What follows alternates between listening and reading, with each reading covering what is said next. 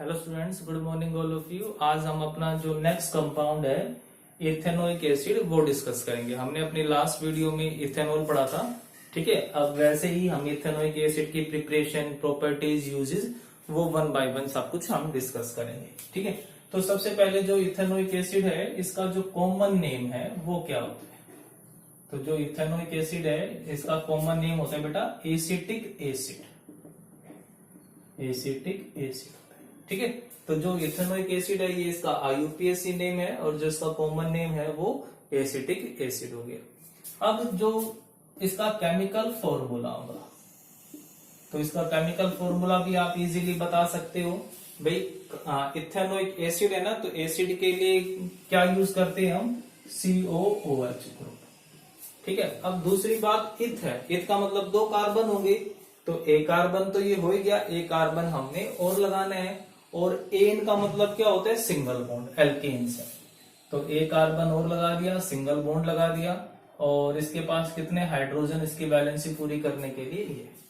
तो हम इसको क्या बोल सकते हैं? CH3COOH, ठीक है। ये इसका फॉर्मूला होगा। अब इसमें जो फंक्शनल ग्रुप है, अब इसका जो फंक्शनल ग्रुप होगा वो फंक्शनल ग्रुप क्या होता है बेटा? कार्बोक्सिल ग्रुप, ठीक है। ये इसका फंक्शनल ग्रुप होता है और इसको हम क्या बोल सकते हैं? कार्बोक्सिल ग्रुप, ठीक है। ये इसका फंक्शनल ग्रुप। अब बात करें कि भाई प्रिपरेशन की, जो कार्बोक्सिलिक एसिड है या जो इथेनोइक एसिड है वो बनता कैसे? तो इथेनोइक एसिड की प्रिपरेशन हम पहले भी कर चुके हैं ना इथेनॉल में। मतलब कि अगर मुझे इथेनोइक एसिड बनाना है तो मैं क्या कर सकता हूं? मैं इथेनॉल का ऑक्सीडेशन करवा सकता हूं। तो इथेनॉल के ऑक्सीडेशन से क्या बन जाएगा बेटा? Ethanoic acid. तो क्या लिखेंगे? By oxidation of ethanol, by oxidation of ethanol.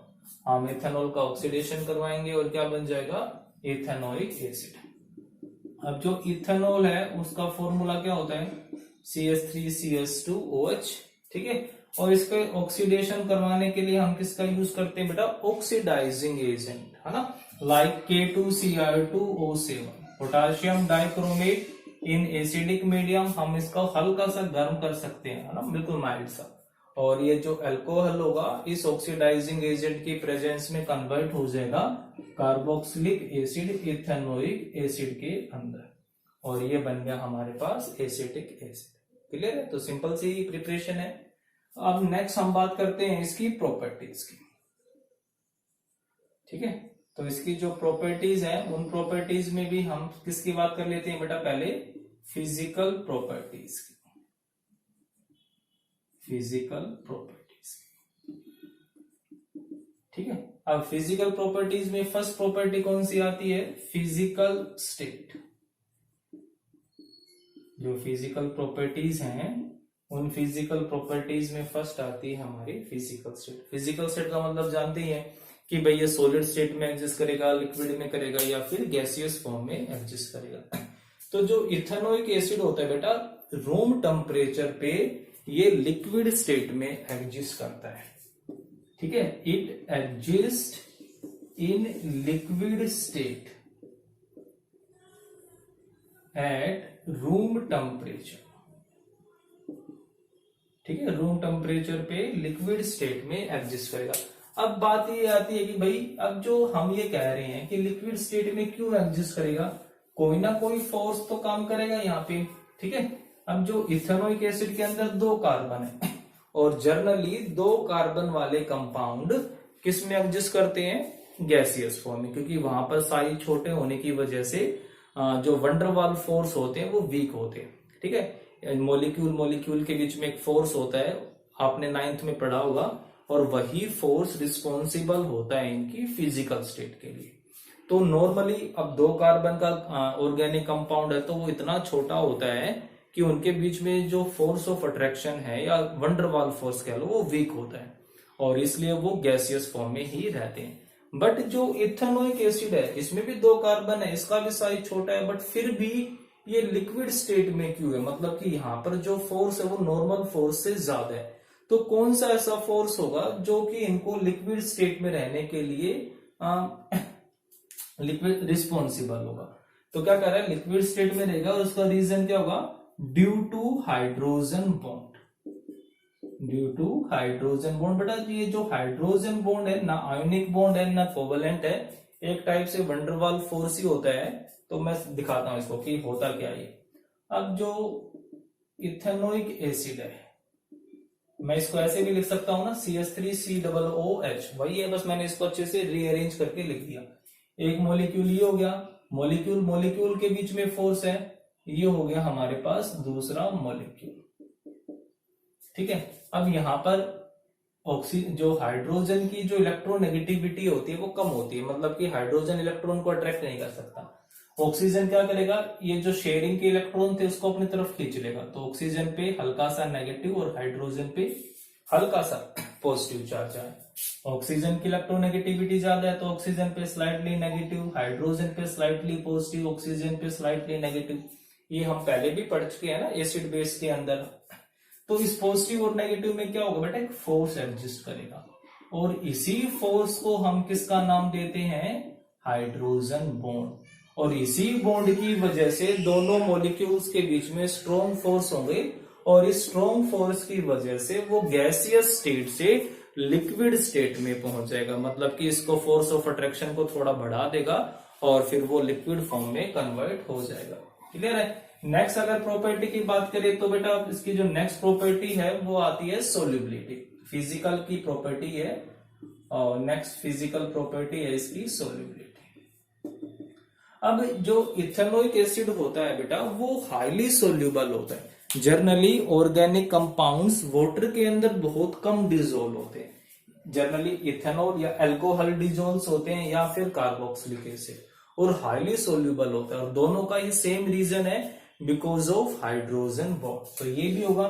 तो क्या कह सकता हूं मैं कि जो इथेनोइक एसिड है, ethanoic acid is highly soluble, highly soluble in water.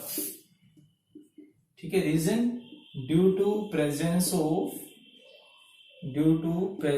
Of hydrogen bond, कि वहां पर हाइड्रोजन बॉन्ड प्रेजेंट होगा और उस हाइड्रोजन बॉन्ड की वजह से ये वाटर के अंदर डिसॉल्व हो जाएगा, सोल्यूबल होगा।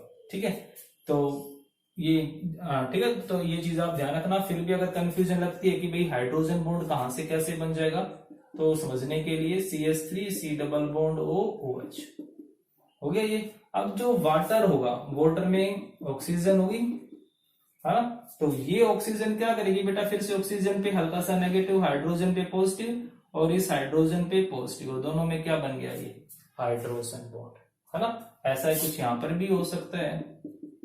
तो यहां पर क्या बन रहा है बेटा, हाइड्रोजन बॉन्ड, और उस हाइड्रोजन बॉन्ड की वजह से ये वाटर के अंदर डिसॉल्व हो जाते हैं। तो ये चीज आप इसको ध्यान में रखोगे।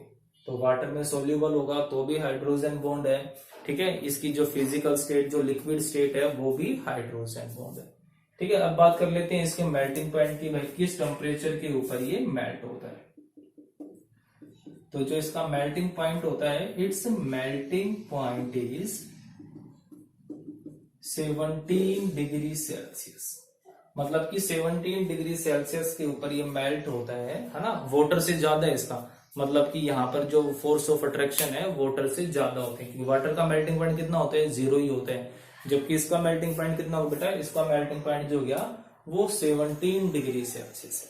ठीक है, तो 17 डिग्री सेल्सियस का मतलब क्या हुआ कि भाई फोर्स ऑफ अट्रैक्शन यहाँ पर ज्यादा हो गई। जितना मेल्टिंग पॉइंट ज्यादा होगा उतना ही फोर्स ऑफ अट्रैक्शन इसका ज्यादा हो जाएगा। ठीक है, नेक्स्ट बात करते हैं हम इसकी केमिकल प्रॉपर्टीज की, कि भाई इनकी केमिकल प्रॉपर्टीज जो होती हैं वो कैसी होंगी। ठीक है, केमिकली कैसे बिहेव करेगा ये।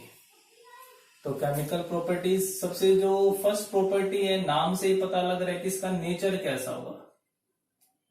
केमिकल प्रॉपर्टीज, तो नाम से पता लग रहा है कि बेसिक तो होगा नहीं है ना, नाम में एसिड है तो एसिड को सोच समझ के लगाया होगा। तो जो इसकी फर्स्ट केमिकल प्रॉपर्टी है बेटा वो कौन सी हो गई, एसिडिक नेचर। तो जो कार्बोक्सिल है या फिर जो इथेनोइक एसिड होता है वो एसिडिक होता है। ठीक है, it is mild acidic in nature, whose pH value is 4।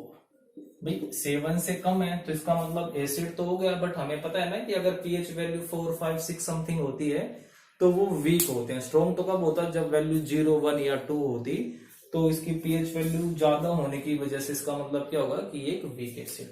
हम इसको एसिड क्यों बोल रहे हैं, क्योंकि कार्बोक्सिल जो ग्रुप होता है वो वाटर के साथ मिलकर क्या प्रोवाइड करता है बेटा, H पॉजिटिव आयंस।